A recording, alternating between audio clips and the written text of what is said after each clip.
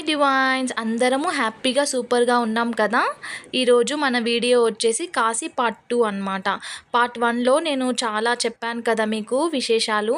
ఇప్పుడు పార్ట్ 2లో మనము చిన్న చిన్న స్టోరీస్గా తెలుసుకుందాం, ఓకేనా. Welcome to Kashi Varanasi part 2. అష్టాదశ శక్తిపీఠాలలో విశాలాక్షి అమ్మ టెంపుల్ ఒకటి.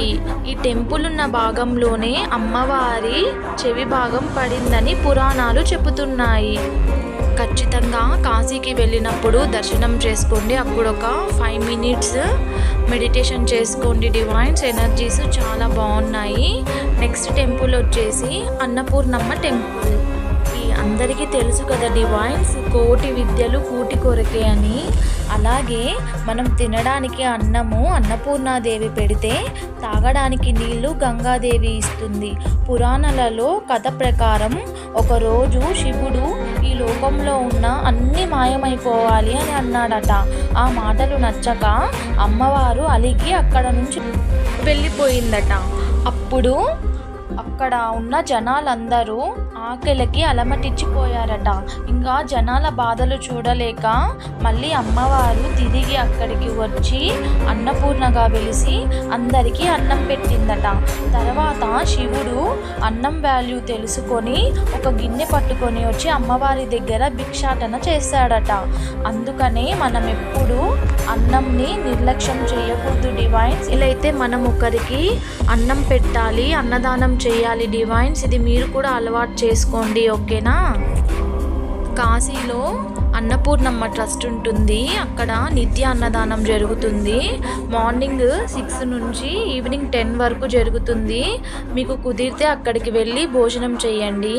మేమైతే ఈవినింగ్ వెళ్ళి తిన్నాము. మీరు కూడా మీకు ఏ టైం కుదిరితే ఆ టైంకి వెళ్ళి ఖచ్చితంగా అన్నదానంలో తినేసి రండి డివైన్స్, ఓకేనా. Varahi temple in Varanasi. వారాహి మాత సప్తమాత్రికలలో ఒకరు. ఈ సప్తమాత్రికల గురించి నేను మీకు తర్వాత ఫుల్గా వీడియో చేసి పెడతాను డివైన్స్, ఓకేనా. ఇప్పుడు వారాహి అమ్మ గురించి తెలుసుకుందాం. వారాహి అమ్మని కాశీ గ్రామదేవత అంటారట, సిటీ ఆఫ్ గాడ్. ఈ టెంపుల్లో ఓన్లీ మార్నింగ్ 4 AM నుంచి 5:30 AM వరకు పూజలు చేస్తారు. తర్వాత క్లోజ్ చేస్తారట. తర్వాత భక్తులకు మాత్రము 7:30 నుంచి 9:30 వరకే అలో చేస్తారట. అది కూడా అమ్మవారిని డైరెక్ట్గా మనము దర్శనం చేసుకోకూడదు. మనము ఒక హోల్లో నుంచి దర్శనం చేసుకోవాలి. అమ్మవారు పాతాళంలో ఉంటారు. మనము పైన నుంచి ఒక హోల్లో నుంచి దర్శనం చేసుకోవాలన్నమాట అమ్మవారిని ఎప్పుడు మనము డైరెక్ట్గా చూడకూడదట. డైరెక్ట్గా అమ్మవారి ముందు నిల్చొని దర్శనం చేసుకోకూడదట. ఎందుకంటే అమ్మవారు ఇక్కడ ఉగ్ర రూపంలో ఉంటారు కాబట్టి ఇక్కడ అమ్మవారిని పాతాళ వారాహి అని కూడా పిలుస్తారు. ఒక్కొక్క టైంలో ఒక్కొక్కలాగా ఉంటారట అమ్మవారు. ఎప్పుడైతే ఉగ్రరూపం అనేది తక్కువగా ఉంటుందో అప్పుడు భక్తులకి దర్శనం చేసుకోవడానికి అలో చేస్తారట. దశమహావిద్యల్లో ఒకరైన లలితాదేవి అహం నుంచి వారాహి అమ్మ పుట్టారట. వారాహి అమ్మని పూజించిన, ధ్యానం చేసిన అందరికీ కుండలిని యాక్టివేట్ అవుతుంది డివైన్స్. ఈసారి అందరూ మెడిటేషన్ చేసేటప్పుడు వారాహి అమ్మతో కనెక్ట్ అయ్యి చెయ్యండి, కుండలిని యాక్టివేట్ అవుతుంది, ఓకేనా. మేమైతే 6కి వెళ్ళాము. అప్పటికి ఫుల్ జనాలు ఉన్నారు. చాలా టైం క్యూలో నిల్చున్నాము. తర్వాత 7:30కి 7:40కి అలా దర్శనం చేసుకొని వచ్చేసాం డివైన్స్. మీరైతే వారాహి అమ్మ దర్శనం మిస్ కాకండి. మీరు కొంచెం ఎర్లీగా ప్లాన్ చేసుకోండి, ఓకేనా. బట్ వారాహి అమ్మ దర్శనం అయితే కంపల్సరీగా చేసుకోండి డివైన్స్. కాశీ విశ్వనాథ టెంపుల్ వారణాసి. ఈ ప్రపంచంలో కాశీ విశ్వనాథుడి ఆలయం అత్యంత గొప్ప ఆలయం. హిందువులంతా పవిత్రంగా పూజిస్తారు. 12 జ్యోతిర్లింగాలలో కాశీ విశ్వనాథుని ఆలయం ఒకటి. పురాణాల ప్రకారం పరమేశ్వరుడే ఆది అంత్యం లేనివాడు అని అంటారు. విశ్వమంతా ఆయనే ఉన్నాడు అని, విశ్వమంతా కాశీ విశ్వనాథుడు ఉన్నాడని హిందువుల నమ్మకం. కాశీని 5,000 సంవత్సరాల క్రితం ఆ ఈశ్వరుడు నిర్మించారు అని పురాణాలు చెబుతున్నాయి.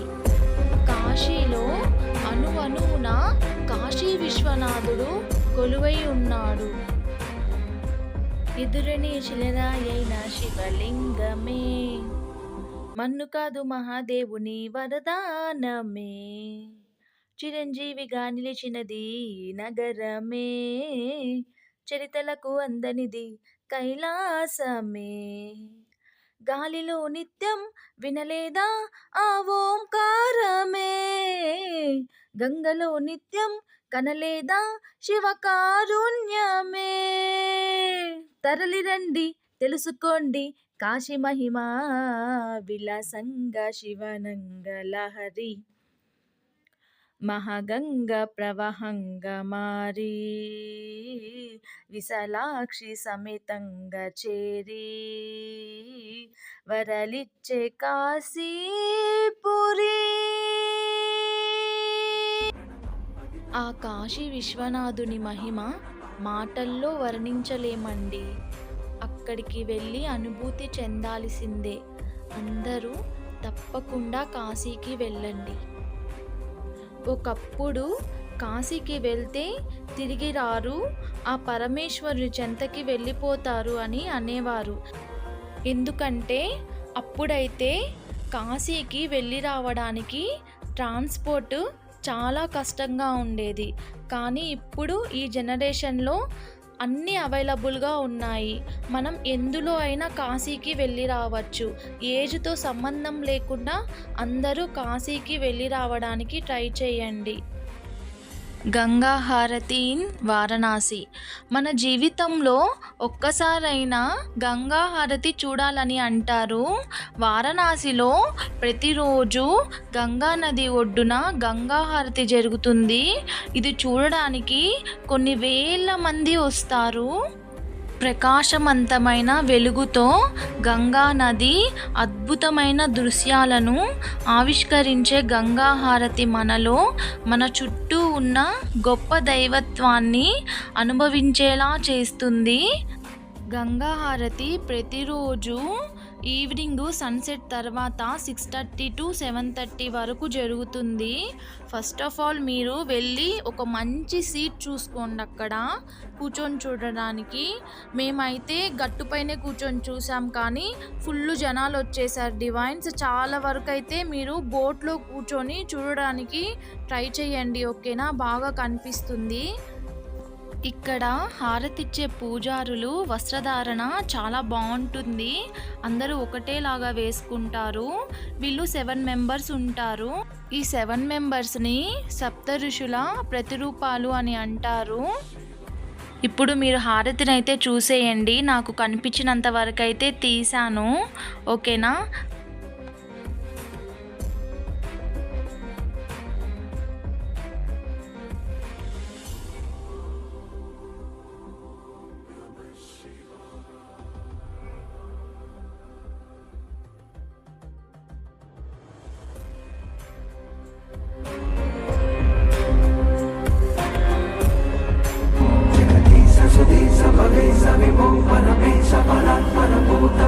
Pranam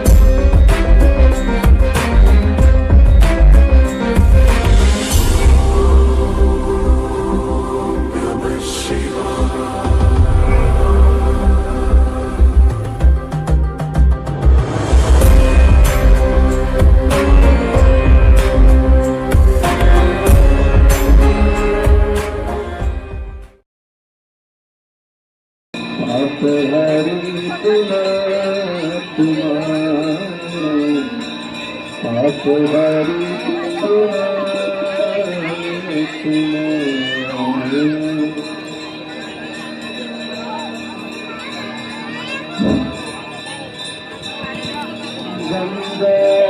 सकल मंगलीला सब सुख करे हरि सबकीला गंगा सकल मंगलीला सब सुख करे हरि सबकीला जय जय भगवत नंदनी